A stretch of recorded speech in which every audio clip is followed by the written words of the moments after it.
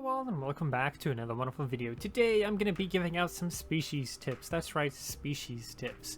These are going to be a list of ideas and tips for you to create your own species or things to keep your species alive. This is something I've actually had planned for quite some time, but I just for some reason been putting it off and putting it off and putting it off, but I think now is a good time to finally get onto it. And so without further ado, here is the first tip. The first tip is robots. At the end of the day, most robot species are just robots and not really a species. A species, to me at least, seems to be defined by a biological entity, not necessarily a robotic entity. When you make a robot species, you're essentially creating a group of robots or a robot species, which I guess in a way is a species in of itself, but at the same time it's always felt like it's not really the same as a species. So that's my own personal opinion on that, but if you have a species, let's just say like the Rangels or some other thing, having a robotic variant of your species is totally okay. Now I'm not saying to go make a robot version of a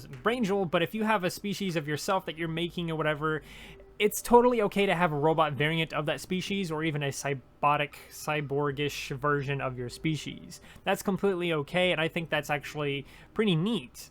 My second tip here is don't ignore any of the body parts or any of the items or any of the customization options whatsoever. I think this also applies to my OC making tips that I made a long time ago, but this essentially just keep an eye out for like different things that you would probably never use. For example, the beards or certain items, like for example, if you want to make something for the head, like certain hats and stuff like that. Perhaps you want to put a crown on it or something like that. Maybe the crowns can be turned into something, who knows.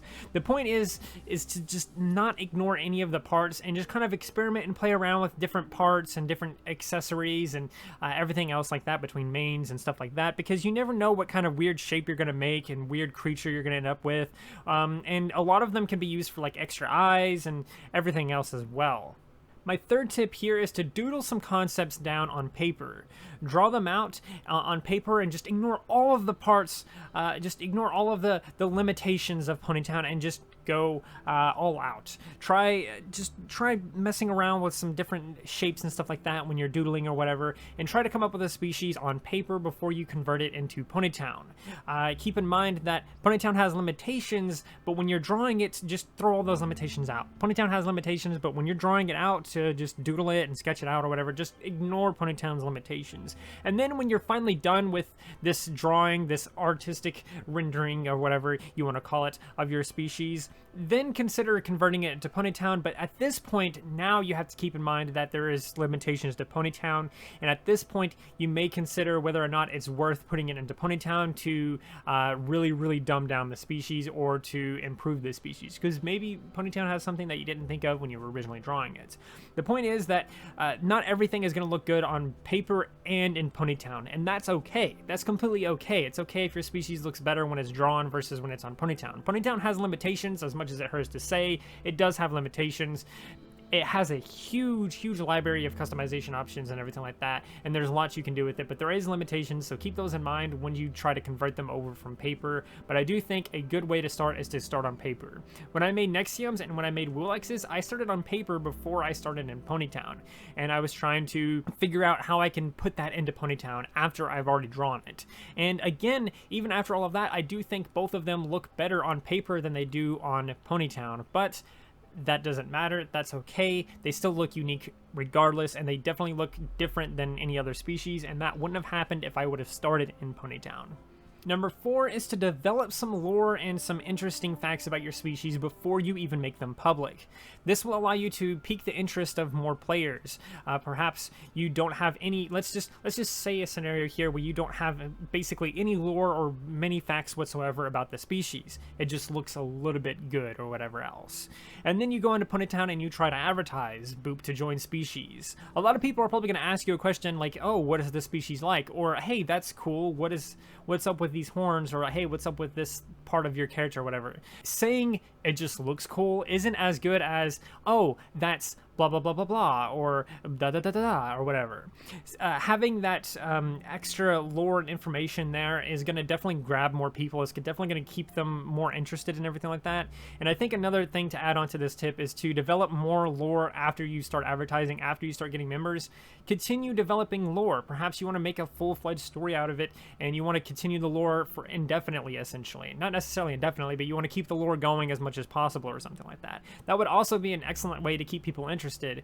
But definitely, this tip right here definitely just boils down to develop some lore and some interesting facts about your species before you even advertise that species. That will definitely get you more members out the gate. Number 5, schedule some meetups with your species members to discuss plans for the species, to discuss lore, discuss events, or even to play some games together. Having these events and these meetings and stuff like that are definitely going to help keep your members active in your Discord server. They're definitely going to keep your members active in your species and everything like that, and that is ultimately what you want as a species, is to keep your species active, because the more active it is and the more members you have, the more alive your species is, essentially. You don't want an endangered species where almost no one is using your species, almost no one is interacting with the your species or anything like that. That's what I call like an endangered to dead species. If no one is doing anything with your species, then it's probably dead, but if you're doing a little bit but not very much, then your species I consider to be endangered. But that's besides the point. The point is, schedule some events, some meetups and everything like that with your species members and everything like that, and that will definitely keep them engaged. That will definitely keep them interested. Maybe even consider doing some contests and stuff like that. Again, maybe just do some game nights or something like that. I do game nights with my server. It's not necessarily a species server, but I do game nights with my server all the time, and there's definitely tons of games that you can play in Ponytown, and if nothing else, you can just hop into something like Minecraft or something together. Number 6, do more than just mix 2 already existing animals together. Usually when you just mix 2 random animals, let's say a pig and a bird or something like that, usually those aren't very creative, and usually in my experience these seems to be the ones that sort of die off a little bit quicker than other species. One of the main reasons why is because, again, it's not very creative, and pretty much anyone could just do that, and the fact that they would have to join a Discord server and do this and that or whatever, and join events and interact with other people with the species and stuff like that, just kind of ruins it in a way, because again, it's just a simple combination of 2 different animals that already exist, so there's nothing really much there. Even if you add a bunch of lore onto it, at that point all you will have is lore and a potentially cute looking creature that is just 2 already existing animals. My thing here is, like, don't just mix 2 things together, because it's not going to look as good as it would if you just go full creative and just make something unique and original.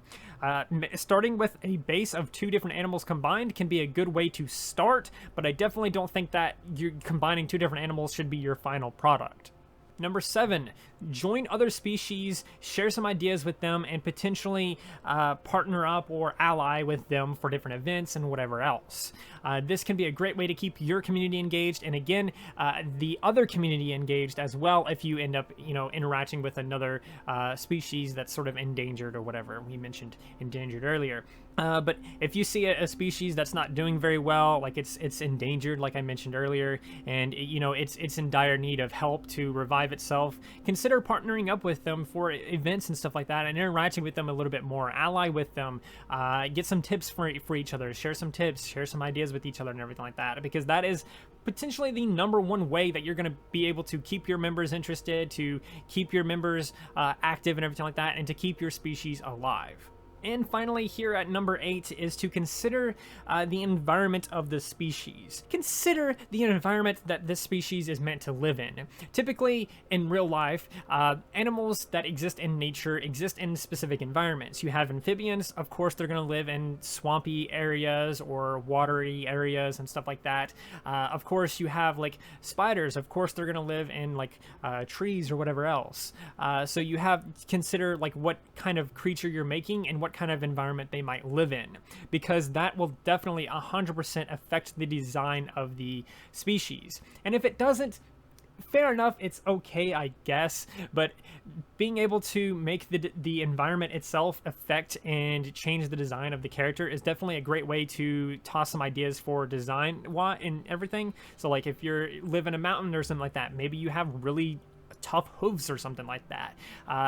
Maybe if you live in a mountain where there's not much food, or an island where there's not much food, perhaps you're cannibals, and that changes the design overall because maybe they're a little bit more savage by being cannibals or something. Just all kinds of ideas and like that can start coming up when you consider the environment as well as the species. So consider the environment like around when you're making it and everything like that, because it will definitely affect the design, and it definitely should affect the design if nothing else.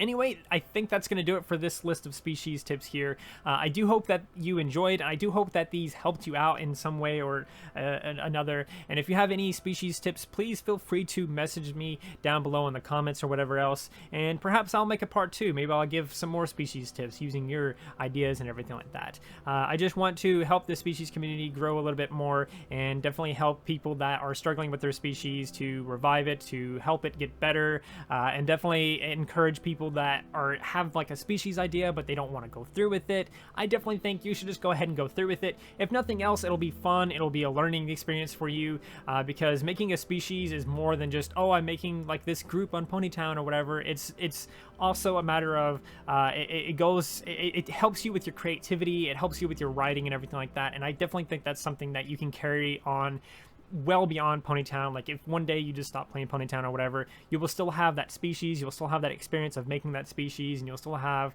you know, the potential to do something with what you did in the past. And I think that's one of the beauties of like species and Ponytown, is that they definitely help with your writing, they definitely help with your creativity, because you're taking some limitations and you're making something really wild with it, and just it's great.